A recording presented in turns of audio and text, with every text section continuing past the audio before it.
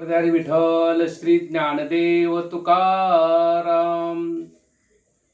गुरुर ब्रह्मा गुरुर्विष्णू गुरुर्देव महेश्वरा.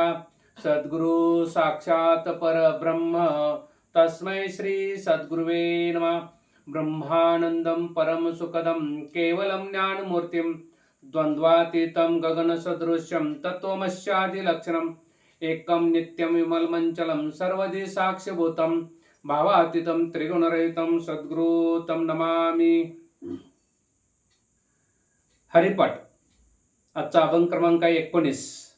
नाम संकीर्तन वैष्णवांची जोडी. पापे अनंत कोडी गेली त्यांची. अनंत जन्माचे तप एक नाम सर्व मार्ग सुगम हरिपाठ. योग याग क्रिया धर्माधर्म माया गेले ते विलया हरिपाठ. ज्ञानदेवी यज्ञ याग क्रिया धर्म हरिविन नेम नाही दुजा. अखिल गुण्यधना करुणालय भक्तवसल अनंत कोटी ब्रह्मांड नायक परब्रह्म पांडुरंग परमात्मा कैवल्य सम्राट चक्रवर्ती श्री ज्ञानोबराय श्रीमंत श्री जगद्गुरु संत श्री तुकोबराय शांती ब्रह्म श्री एकनाथ महाराज आदी संतांना वंदन. समोर बसलेल्या श्रोते सज्जनांना माझा प्रणिपात. निरूपणाला प्रारंभ करूया.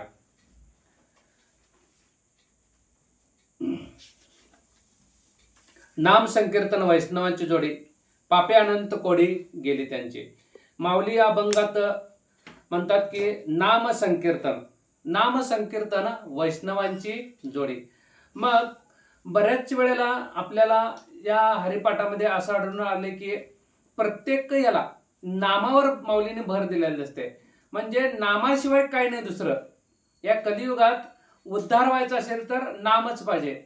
म्हणून नाम संकीर्तन वैष्णवांची जोडी. आणि नाम संकीर्तन साधन पै सोपे. आणि म्हणजे साधन याच्यासारखं सोपं काही नाही आहे. मग फक्त आपल्याला नाम घेता आलं पाहिजे. आणि तुम्हाला भगवंताने दिलेली ही फॅसिलिटी आहे. भगवंतानं दिलेली फक्त मनुष्य देहालाच फक्त नाम घेण्याचं सामर्थ्य दिलेलं आहे. आणि नाम घेण्यासाठी वैखरी तुम्हाला दिलेलं आहे. बाकी मनुष्य देह सोडला तर 83,99,999 जीवनीला वैखरी आणि विवेक बुद्धी दिलेली नाही आहे. बुद्धी दिली पण विवेक बुद्धी दिलेली नाही. काय करावं आणि काय करू नये याची जाणीव दिलेली नाही. तिथं जाणीव नेणीव आणि भगवंती नाही. म्हणजे कसं आहे की आपल्याला दिलेलं आहे ते जाणीव आणि नेणीव पण दिलेलं आहे. आणि भगवंताजवळ फक्त दिलेलं आहे ती जाणीव दिलेली आहे. आणि राक्षसांच्याकडे दिलेलं आहे ती फक्त नेणीव दिलेलं आहे. मग आता त्यांना नेणीव दिलेलं आहे, तुम्हाला जाणीव दिलेलं आहे. जाणीव नेणीव तुम्हाला दिलेलं आहे. आणि देवांना फक्त काय दिलेलं आहे? जाणीव दिलेलं आहे. किती सुंदर भाग आहे बघा की तुम्हाला दोन्हींचा भाग दिलेला आहे. निवाडा करण्याचा भाग दिलेला आहे. मग आता काय करायचं ते आपण आपल्याला निवाडा करता आलं पाहिजे की या मनुष्य लोकात आपल्याला परत यायचं का नाही. मग आपली जर वासना असेल है ना, म्हणजे सत्सद विवेक बुद्धीची वासना असेल तर आपण परत जन्माला येऊच. आणि वासना जरी असेल तरी पण आपण परत जन्माला येऊच. मग आता परत जन्माला यायचं असेल तर कसं पाहिजे.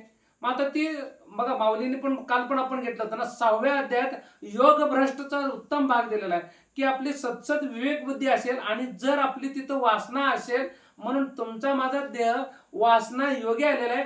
मग आता परत ती वासना घेऊन जायचं नाही. मग बघा समर्थ पण म्हटले काय अंतिमती त्याची बुद्धी म्हणजे अंतिमते त्याची गती.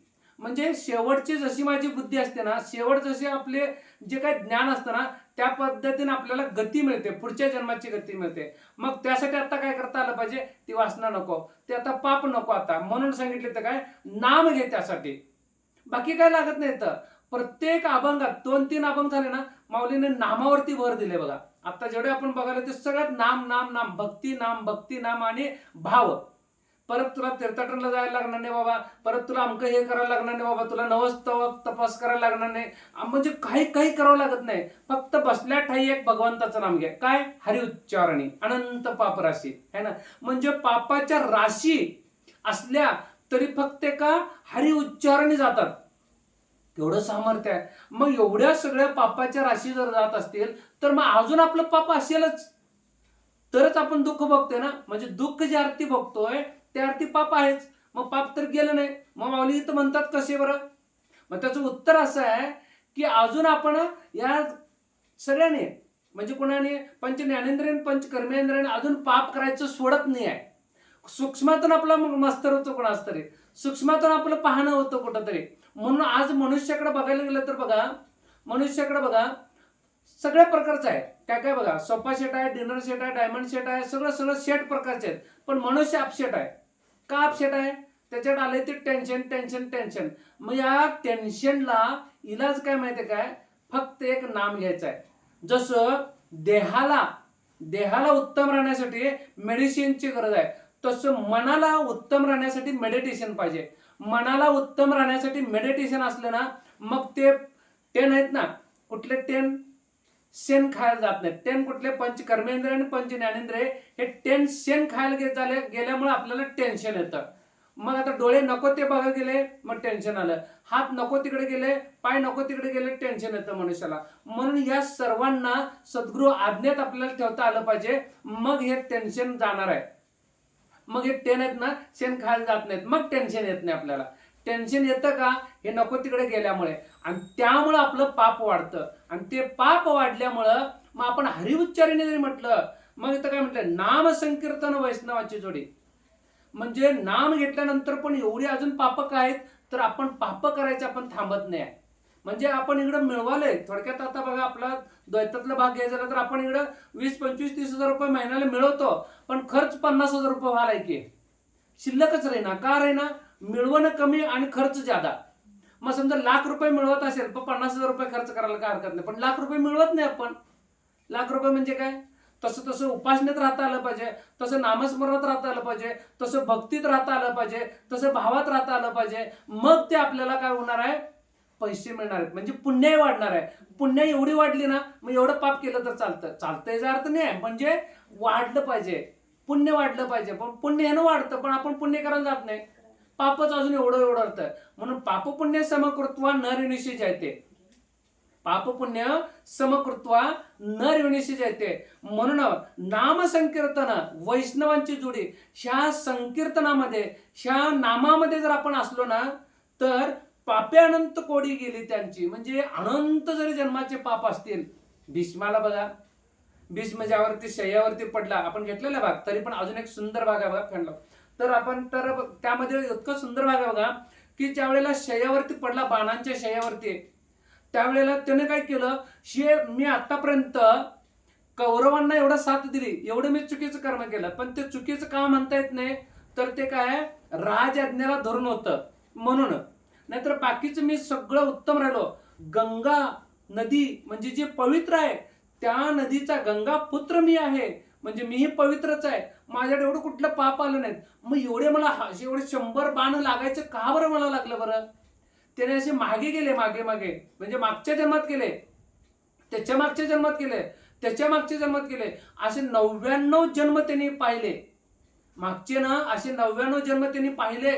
कुठल्याही जन्मात त्यांना आढळून आलं नाही मी कुठं कुकर्म केलेलं आहे, कुठं वाईट कर्म केलेलं आहे, कोणाचं मत्सर केलेलं आहे, कोणाचा दंभ केलेला आहे, कोणाचा संशय घेतलेला आहे, काही नाही आहे ना. म्हणजे एवढं सुंदरता त्यांच्यामध्ये होती. पण ज्या वेळेला बघा 100वा जन्म बघणार, तेवढ्यात तिथं श्रीकृष्ण आले. आणि श्रीकृष्ण आले, युधिष्ठिर, पांडव वगैरे सगळेजण आले. तिथं आल्यानंतर सहज त्यांनी विचारले, माधव, माझं हे पाप कुठलं आहे बरं? मी आतापर्यंत सगळे जन्म बघितलं, कुठंच काही नाही आहे. कौरवांना तेवढी साथ दिली, अधर्माची बाजू घेतली, पण ते कसं होतं? तिथं मी वचन दिलं होतं का शेवटपर्यंत मला या राजघराण्यात राहता आलं पाहिजे, हे माझं वचन होतं. पण त्यासाठी तिथं पण मी धर्मच स्वीकारलेला आहे, तसं माझं बघायला गेलं तर. मग एवढं का बरं मला हे पाप? हे कुठलं पाप आहे? त्यावेळी श्रीकृष्ण काय म्हटले माहिती काय? अरे तू अजून एक जन्म जायचा होता, 100वा जन्म तू गेला असतास ना, तर तुला कळलं असतं. तर त्यावेळेला तिथं परत पाठीमागे गेल्यानंतर ते युवराज होते एका 100वा मागच्या जन्मामध्ये. त्यावेळेला सहज लढाईला वगैरे, लढाई म्हणतो काय, ते सहज शिकारीला वगैरे जायचे. युवराज म्हटल्यानंतर त्यांनी शिकारी गेल्यानंतर एका अशा पक्षाला मारल्यानंतर तो पक्षी पडला होता, किंवा तो सरडा म्हणा, त्या सरड्याला असं तो पडला ना, तो असं काटेरी झुडपात जाऊन अडकला. आणि त्याच्या अंगाला असे 100 असे बाण, काय ते काटे घुसले होते. आणि त्या एक एक काट्याचं व्याजासहित 100 जन्मानंतर व्याजासहित त्यांना एक एक बाणानं लागलं होतं. मग त्यावेळेला युधिष्ठिरला काय सांगितलं? आता पापातून मुक्त व्हायचं आहे, हरिउच्चारण आहे ना, नाम संकीर्तन चाललंय. म्हणजे आता पापातून मुक्त व्हायचं, मग काय करायला पाहिजे? मग काय नाही, फक्त काय कर, त्या माधवाचं नाव घे. ओम केशवाय नमा, ओम माधवाय नमा, ओम गोविंदाय नमा, ओम त्रिविक्रमाय नमा. ओम अनिरुद्धाय नमः, ओम अच्युताय नमः, ओम जनार्दनाय नमः, ओम उपेंद्राय नमः, ओम हरे नमः, ओम श्री कृष्णाय नमः. आणि असं म्हणत म्हणत म्हणत त्यांनी काय केले, विष्णू सहस्त्रनाम केले. तिथं विष्णू सहस्त्रनामाची उत्पत्ती झालेली आहे, जन्म झालेला. विष्णू सहस्त्रनाम आपण म्हणतो ना, इथं विष्णू सहस्त्रनामाचे हे कोणी सांगितलेलं आहे, भीष्माने युधिष्ठिरला सांगितलेलं आहे. धर्मराजा युधिष्ठिरला विष्णू सहस्त्रनाम सांगितलेलं आहे. विष्णू सहस्त्रनाम घेतल्यानंतर ही पाप, मग ती पाप तिथून गेलं. आणि ज्या वेळेला काल सांगितलं ना, की जसं संक्रांत आल्यानंतर बघा त्यांनी काय केलेलं आहे, जसं स्वर्गलोकामध्ये उजाडल्यानंतर म्हणजे पहाट झाल्यानंतर त्यांनी त्याचं प्रयाण केलेलं आहे. सांगायचा भाग काय, की किती तर जन्माचं पाप येतं. आत्ता आपण चांगलो आहोत, आत्ता आपण वारकरी आहोत, पण आता आपल्याकडं सगळं चांगलं असताना आपण माळ घातलोय, आपण सगळं सुंदर वागतोय आता. पण हे कुठलं तरी काहीतरी एखादा रोग होतो आपल्याला, किंवा आणि काहीतरी होतं. एखादा साधू असतो, त्याला काय होतो, एखादा कॅन्सर होतो किंवा आणि काहीतरी होतं. आपण म्हणतो अरे एवढा मोठा साधू होता आणि काय कॅन्सर कसं काय झाला. अरे कुठल्या तरी जन्माचं आहे हे. ते काल माहितीये काय, तो मोक्षाला जाणार आहे म्हणून तो फेडायला तिथं, ते सगळं फिडून तो निरसन करायला त्याचं. जर ठीक आहे हे पुढच्या जन्मात पाहिजे असेल तर देतो म्हणतात सद्गुरू.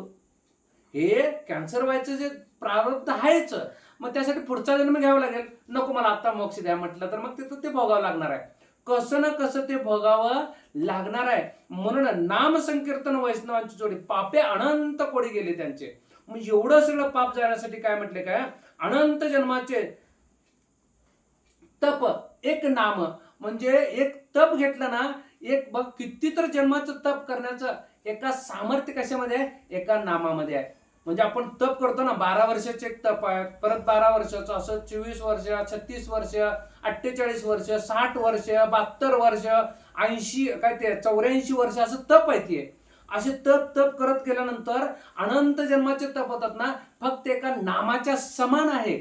आपण मागं पण बघितलं ना, की एक काय कितीतरी म्हणजे नामस्मरण, एवढं 1000 वर्ष नामस्मरण केलेलं एका संत, अर्ध्या घडीचं संत संगतीचं बरोबर होतं.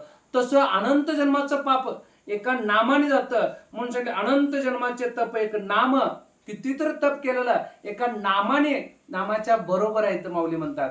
म्हणून किती सांगितलं बघा, जन्माचे ते मूळ पाहिले शोधून, दुःखाशी कारण जन्म घ्यावा, पाप पुण्य करुणी जन्मा येतो प्राणी, नरदेहा येऊनी हानी केली, रजतम सत्व आहे ज्याचे अंगी, याच गुणे जगी वाया गेला, तम म्हणजे काय नरकची केवळ, रजतो सबळ माया जाळ, तुका म्हणे येथे सत्वाचे सामर्थ्य, करावा परमार्थ अहर्निशी परमार्थ करता आला पाहिजे, मग हे सगळं निघून जाणार आहे. आता बघा याचं एक एक बघितलं तर जन्माचे ते मुळे पाहिले शोधन म्हणतात तुकोबर आहे. काय दुःखाशी कारण जन्म घ्यावा, म्हणजे जन्म तुमचा माझा झालाय दुःख भोगण्यासाठी झालेला आहे. लक्षात येते काय, दुःख भोगण्यासाठी जन्म आहे. आपण म्हणतो सुख सदा चाललंय, सुख पाहता जवा पाडे, दुःख पर्वता एवढे, म्हणजे एवढं दुःख आहे तरीही माणूस सुख सदा निघालेला आहे. म्हणून पाप पुण्य करून जन्म येतो प्राणी, पाप पुण्य करून जन्म येतो प्राणी, नरदेहा येऊन हानी केली. आपण इथं आलो, मनुष्य आलो आणि हानी झाली.